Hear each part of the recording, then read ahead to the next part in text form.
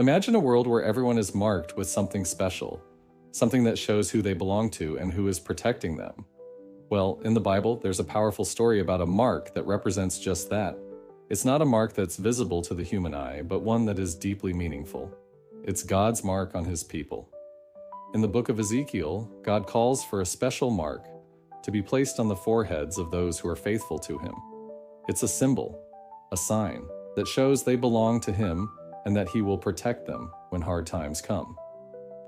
This mark is not about being perfect. It's not about being sinless or without flaw. It's about being someone who longs for what is good, who desires justice, and who seeks after God's heart. They're the ones God sees as his own. God says, "Go through the city and put a mark on the foreheads of those who grieve and lament over all the detestable things being done." It's a mark of identification. It's not just a physical sign, it's a spiritual one. Those with the mark are not untouched by the world's pain, but they are set apart because their hearts belong to God. They grieve the wrongs around them and long for justice. But here's the amazing part. This mark isn't just a sign of who you belong to. It's also a seal of protection. In the book of Revelation, the same kind of mark is spoken of, but this time, it's a seal of God's protection for his followers during times of trial and suffering. It's a mark that reminds the world, this one is mine.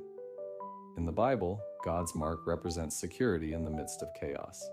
It's a promise that no matter what happens in the world, those who carry his mark are never alone. They are protected by his presence, marked by his love, and guided by his hand. And did you know? God even gives us a way to visibly show that we belong to him through keeping the Sabbath. In Ezekiel 20:12, God says, "I gave them my Sabbaths as a sign between us, so they would know that I, the Lord, made them holy." The Sabbath is more than just a day of rest. It's a sign of our relationship with God.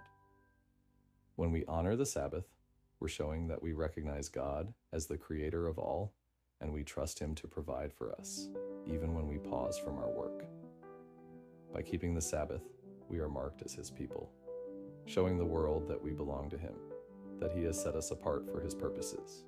So, every time we keep the Sabbath, we are reminded of this mark on our lives, a mark that symbolizes rest, trust, and belonging. And just like those in Ezekiel and Revelation, we too are marked by God. It's not a physical mark, but a spiritual one, a mark that says we belong to him. Now, here's something powerful to remember. When you have God's mark on your life, you don't need to fear the mark of the beast.